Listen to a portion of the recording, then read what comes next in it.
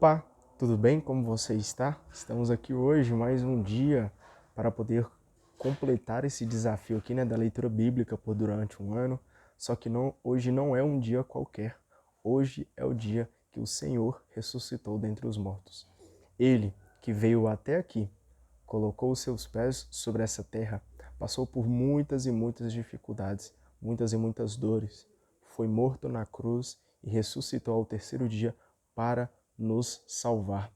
Esse Jesus, esse é o nosso Salvador. E você já agradeceu a Deus hoje? Hoje é um dia de muita alegria, cara. De muita alegria, porque se ele não tivesse vindo aqui, não faria sentido nenhum nós estarmos aqui hoje. Não faria nenhum sentido. Mas ele veio e ele ressuscitou. Ele vive. O rei está vivo. Mas como vai ser daqui para frente? O rei vai permanecer vivo dentro do seu coração?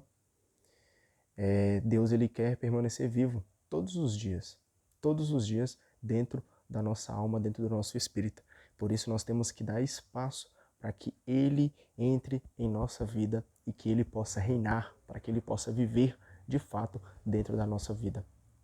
Não se esqueça de comemorar o dia de hoje, mas de também daqui para frente a gente tem uma vida nova, uma vida ressuscitada em Jesus, para que daqui para frente a gente possa intensificar a nossa intimidade com Ele, amando sempre a Ele acima de todas as coisas, colocando a leitura em dia, orando todos os dias, participando da missa.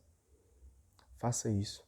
Faça isso para que Deus possa de fato viver dentro da sua vida. E quando o Senhor, que ressuscitou dos mortos, venceu a cruz, venceu o pecado e venceu a morte, quando esse Senhor vive dentro da sua vida, meu irmão, não tem nada mais que pode te abalar. Não tem nada que pode te abalar, porque esse Senhor vai te salvar.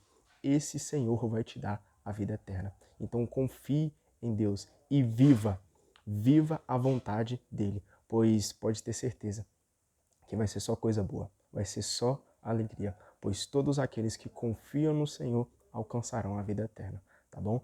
Então, feliz Páscoa para você, o Rei está vivo. Que bênção, que maravilha. E na leitura bíblica do dia de hoje, vamos continuar aqui no livro de Daniel, tá bom? Vamos ler Daniel do capítulo 7 até o capítulo 9, tranquilo? Então já pega a tua Bíblia para a gente proclamar com muito fervor e com muita alegria que Deus está vivo. Capítulo 7 do livro de Daniel. No primeiro ano de Baltazar, rei da Babilônia, Daniel teve um sonho.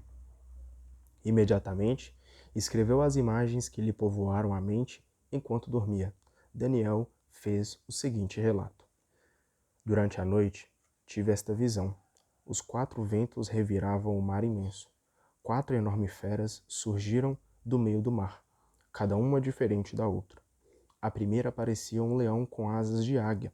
Eu estava olhando quando lhe arrancaram as asas e as patas foram se erguendo do chão. Ela ficou de pé como um homem e e deram-lhe um coração de gente.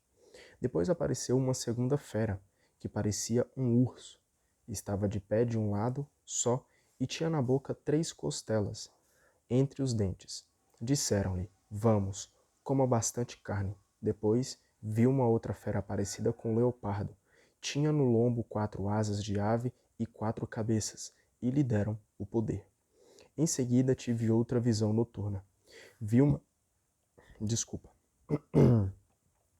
Em seguida tive outra visão noturna.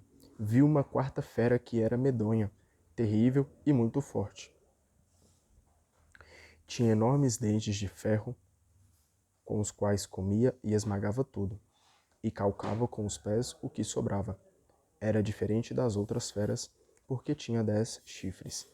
Eu observava esses chifres, quando no meio deles apontou um outro chifre pequeno. Os 3 chifres que estavam mais perto deste foram arrancados para lhe ceder o lugar. Nesse chifre havia olhos humanos e uma boca que falava com arrogância. Eu continuava olhando. Os tronos foram instalados e um ancião se assentou, vestido de veste branca como a neve, cabelos claros como a lã. O seu trono Era como labaredas de fogo, com rodas de fogo em brasa. Um rio de fogo brotava da frente dele. Milhares e milhares o serviam e milhões estavam às suas ordens. Começou a sessão e os livros foram abertos. Eu continuava olhando, atraído pelos insultos que aquele chifre gritava. Vi que mataram a fera, fazendo-a em pedaços e jogando-a no fogo. Quanto às outras feras, o poder delas foi tirado, mas foi-lhes dado um prolongamento de vida, até um tempo determinado. Em imagens noturnas, tive esta visão. Entre as nuvens do céu vinha alguém como um filho de homem, chegou até perto do ancião e foi levado à sua presença. Foi-lhe dado poder, glória e reino, e todos os povos, nações e línguas o serviram. O seu poder é um poder eterno, que nunca lhe será tirado, e o seu reino é tal que jamais será destruído. Eu trouxe aqui a explicação que a própria Bíblia traz aqui pra gente, que diz o seguinte, sobre essa parte do capítulo 7 que nós lemos aqui. O autor mostra agora o mistério que governa e julga a história. O ancião é o próprio Deus, cercado por seus anjos, mediadores de sua ação na história. Os livros onde são registradas as ações dos homens são abertos. Começa o julgamento. A fera julgada é a quarta, símbolo do Império de Alexandre, e principalmente de Antíoco IV. O misterioso Filho de Homem é uma personificação do povo fiel que recebe de Deus o reino que durará para sempre. Então nós, filhos de Deus, aqueles que forem fiéis verdadeiramente, receberão a vida eterna, o reino que durará para sempre.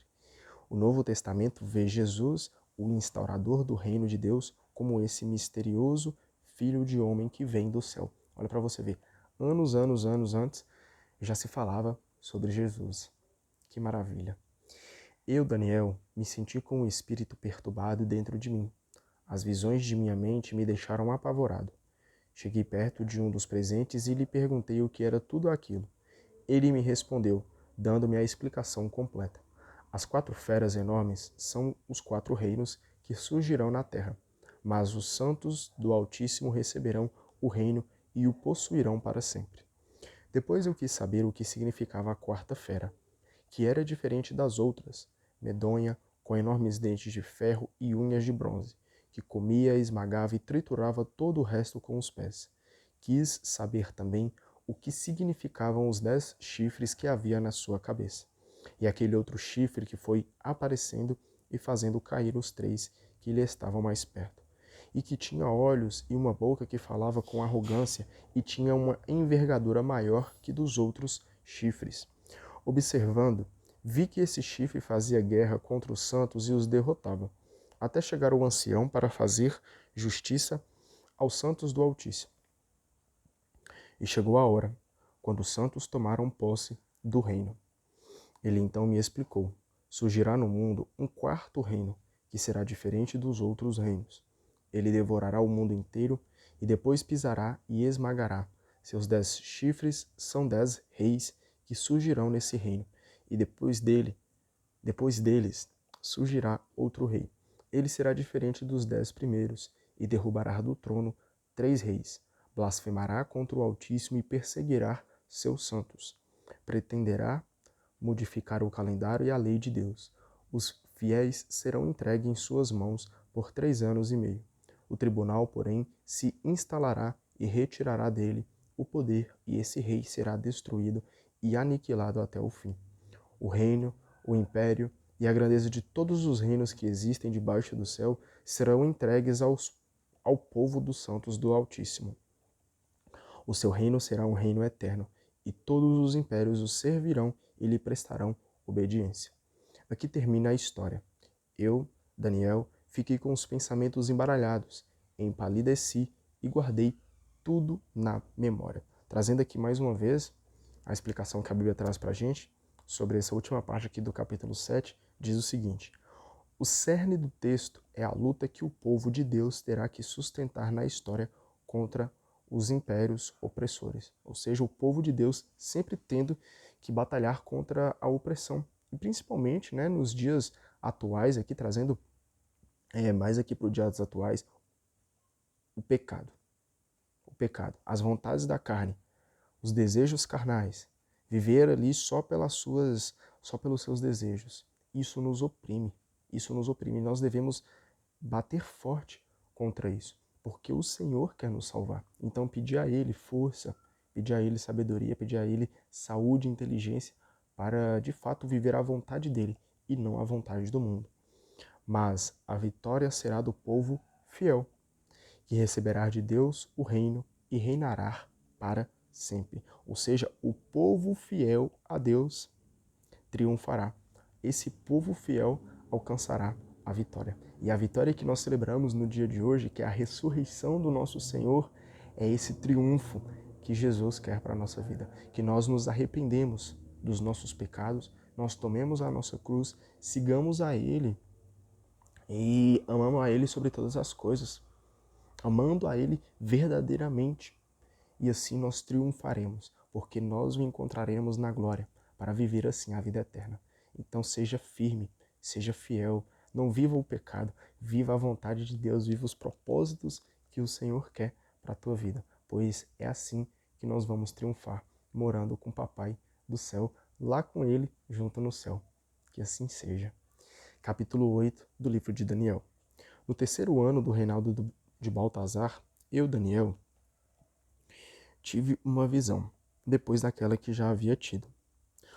Observando, vi que estava em Susa, capital da província de Elã.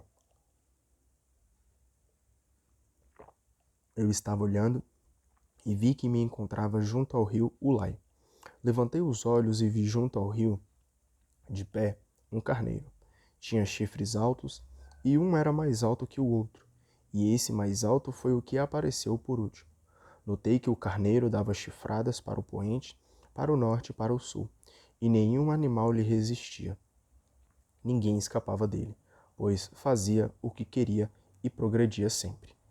Eu pensava nisso, quando apareceu um bode vindo do poente, sobrevoando o mundo inteiro sem tocar o chão. O bode tinha um chifre bem visível entre os olhos. Ele veio na direção do carneiro de 2 chifres que eu tinha visto postado junto ao rio Ulai, e se atirou contra ele com toda a fúria. Eu vi que ele atacou o carneiro, agredindo-o furiosamente e quebrando-lhe os 2 chifres. O carneiro não teve forças para resistir. Ele derrubou o carneiro no chão, pisou-lhe em cima e não houve quem livrasse o carneiro do seu poder. O bode progrediu muito mais ainda, porém, no auge da sua grande força, o seu grande chifre se quebrou, e no lugar dele brotaram 4 chifres, cada um voltado para um lado da terra. De um desses chifres nasceu um chifre pequeno, que depois cresceu muito na direção sul, para o nascer do sol e para o lado da nossa terra deliciosa. Cresceu até as alturas do exército do céu e derrubou no chão algumas estrelas desse exército e pisou em cima delas. Até contra o comandante do exército do céu, ele quis se engrandecer, abolindo o sacrifício permanente e abalando as bases do santuário. Entregaram-lhe o exército e o sacrifício cotidiano e expiatório. Ele jogou por terra a verdade e tudo o que fez prosperou. Ouvi 2 santos que conversavam. Um perguntava: quanto tempo vai durar a visão do sacrifício cotidiano e expiatório do ídolo abominável, do santuário e do exército calcado aos pés? O outro respondeu: vai durar 2.300 tardes e manhãs. Depois será feita justiça ao santuário.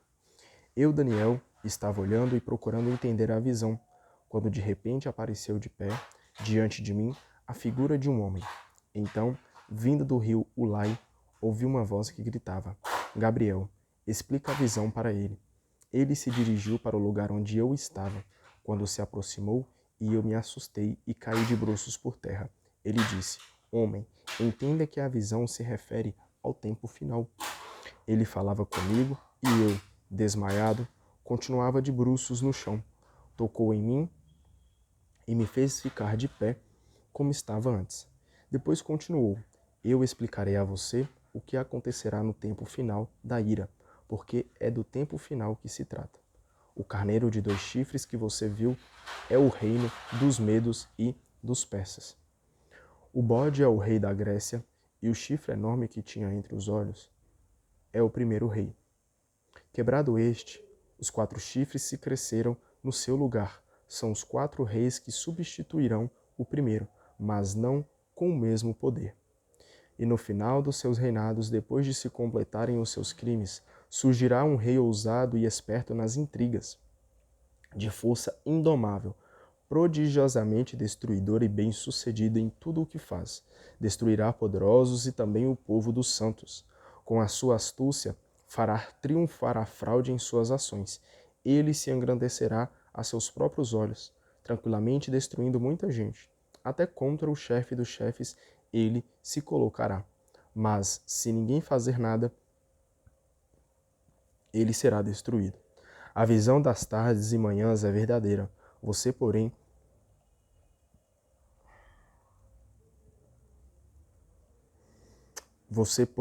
guardará em segredo a visão, porque ela é coisa para daqui a muito tempo. Eu, Daniel, desmaiei e fiquei doente por alguns dias. Depois, levantei-me e continuei cuidando dos assuntos do rei. Ainda estava assustado com a visão e sem poder compreendê-la. Capítulo 9. No primeiro ano do reinado de Dário, filho de Xerxes, que era da linhagem dos Medos e tinha sido colocado como rei dos caldeus, no primeiro ano do seu reinado, eu, Daniel, lia atentamente no livro das profecias de Jeremias o número dos anos que Jerusalém devia permanecer em ruínas. Eram 70 anos. Voltei o meu olhar para o Senhor Deus, procurando fazer preces e súplicas com jejum, vestido de pano de saco e coberto de cinza. Então fiz uma oração ao Senhor Deus, confessando e dizendo: Ah, Senhor, Deus imenso e terrível, cumpridor da aliança e do amor para com os que te amam e observam os teus mandamentos. Vou pedir para você prestar bastante atenção. Para você prestar bastante atenção nessa súplica que Daniel está fazendo. Eu, particularmente, cara, esse capítulo 9 aqui, ele é sensacional. Se não for um dos melhores aqui do livro de Daniel. Preste atenção. Pecamos, praticamos crimes e impiedades. Fomos rebeldes e nos desviamos dos teus mandamentos e das tuas sentenças. Não quisemos escutar os profetas, teus servos, que em teu nome falavam aos nossos reis e autoridades, aos nossos pais e a todos os cidadãos. Senhor, do teu lado está a justiça, e para nós fica a vergonha que hoje estamos passando. Tanto o cidadão de Judá, como o habitante de Jerusalém, e todo o Israel, tanto os que estão perto, quanto os que estão longe, por todos os países por onde tu os espalhaste, por causa dos crimes que praticaram contra ti.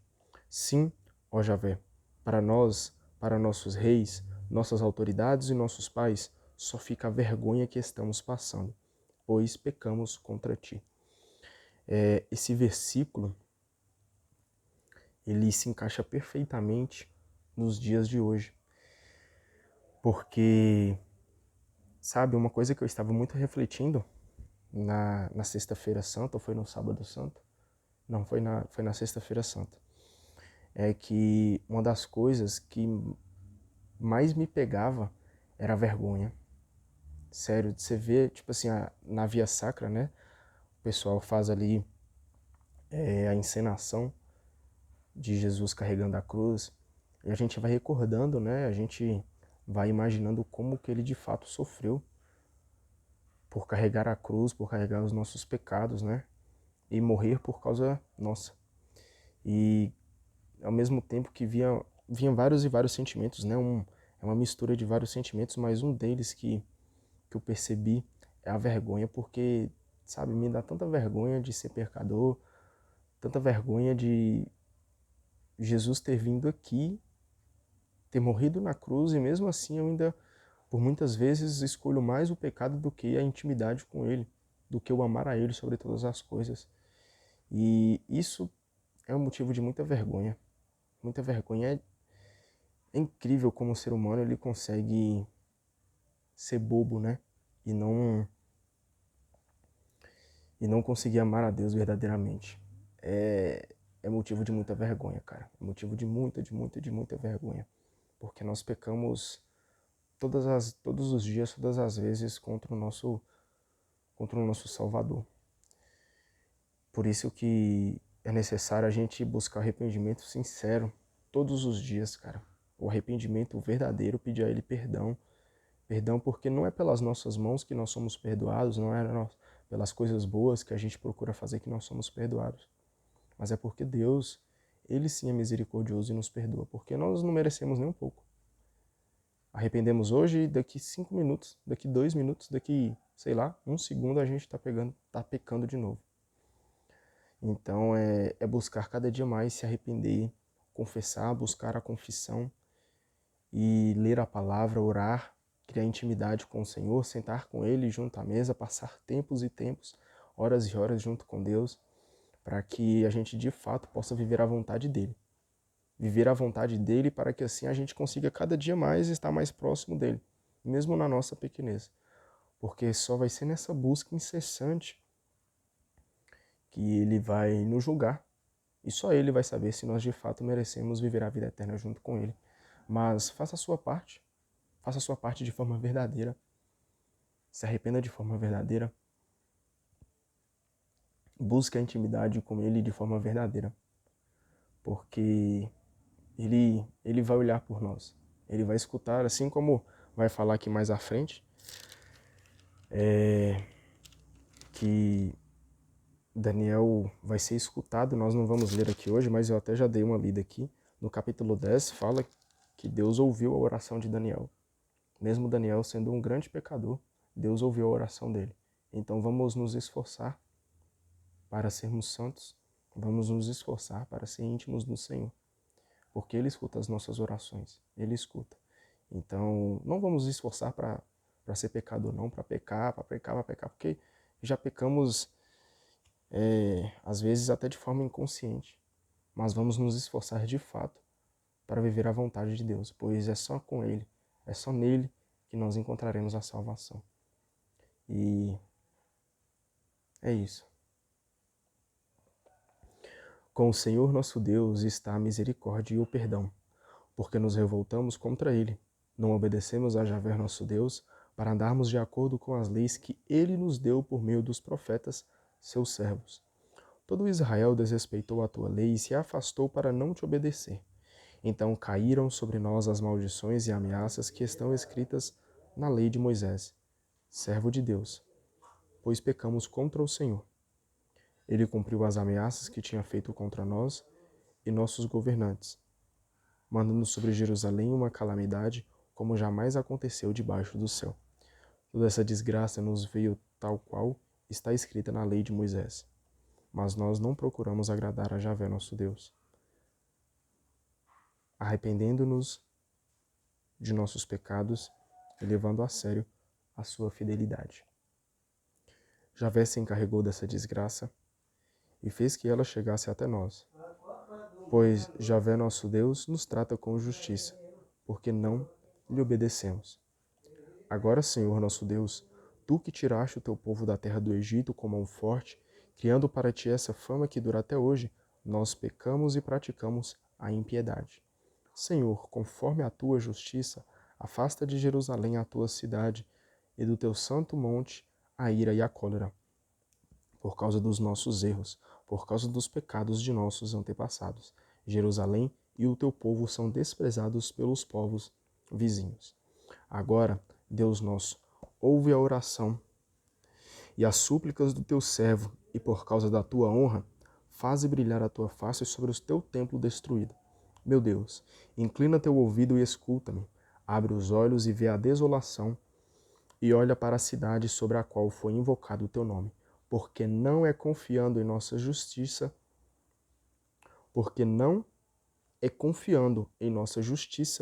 que te pedimos misericórdia, mas sim na tua imensa compaixão. Então é pela misericórdia de Deus, é pela compaixão do nosso Senhor que nós somos salvos. Não é pelas nossas atitudes, não é porque nós fazemos coisas boas, não é porque a gente busca ali de várias e várias formas, sabe, pelas nossas próprias vontades, pelas nossas próprias forças que nós seremos salvos. Não é por causa disso, porque nós somos muito pecadores e nós não merecemos. Nenhum dia nós merecemos a salvação do nosso Senhor, porque pecamos muito, muito, muito, muito mesmo. mas é pela justiça, é pela misericórdia, é pela compaixão que Ele tem por cada um de nós que nós seremos salvos. Então confie em Deus, confie na palavra de Deus, faça a vontade dEle, ame a Ele sobre todas as coisas, porque é somente por causa dEle que nós seremos salvos. Ouve, Senhor, perdoa, Senhor, atende, Senhor, e começa a agir sem demora, por causa da tua honra, meu Deus, pois o teu nome foi invocado sobre esta cidade e sobre o teu povo. Então, clame que este povo possa clamar pelo perdão, pela misericórdia, pelo atendimento do Senhor. Clame para o Senhor. Pode ter certeza que lá no mais alto dos céus, Ele está ouvindo a sua súplica. Eu ainda falava, fazendo a minha prece, confessando o meu pecado e do meu povo Israel. Eu estava apresentando a minha súplica a Javé, meu Deus, em favor do seu monte santo. Eu ainda estava fazendo a minha súplica quando Gabriel, o homem que eu tinha visto no começo da visão, veio voando rápido para perto de mim. Era a hora em que se faz a oferta da tarde. Ele chegou e falou comigo. Daniel, eu vim dar-lhe uma explicação. Quando você começou a sua súplica, foi pronunciada uma sentença e eu vim lhe contar por que você é querido. Preste atenção na mensagem e compreenda a visão. 70 semanas foram determinadas para o seu povo e sua cidade santa para fazer cessar a transgressão, selar o pecado, expiar o crime, para trazer uma justiça perene, até se realizarem a visão e a profecia e ser ungido o lugar santíssimo. Fique sabendo, desde que foi decretada a volta e a reconstrução de Jerusalém, até o príncipe ungido, 7 semanas se passarão. Em 62 semanas, praças e muralhas serão reconstruídas, mas em tempos difíceis. Depois das 62 semanas, o ungido inocente será eliminado e a cidade e o templo serão destruídos por um príncipe que virá. Seu fim será no cataclismo e até o fim estão decretadas a guerra e destruição. Com muitos ele fará uma aliança que durará uma semana, e durante meia semana fará cessar ofertas e sacrifícios. Colocará sobre a nave do templo o ídolo abominável, até que chegue para o destruidor o fim decretado. Assim a gente finaliza com a leitura do dia de hoje, e mais uma vez te desejo feliz Páscoa, que nós de fato possamos viver a ressurreição de Cristo em nossa vida. Deixe Jesus viver dentro do teu coração. Amém? Um beijo, um abraço para você. Que Jesus te abençoe. Até amanhã. Tchau, tchau.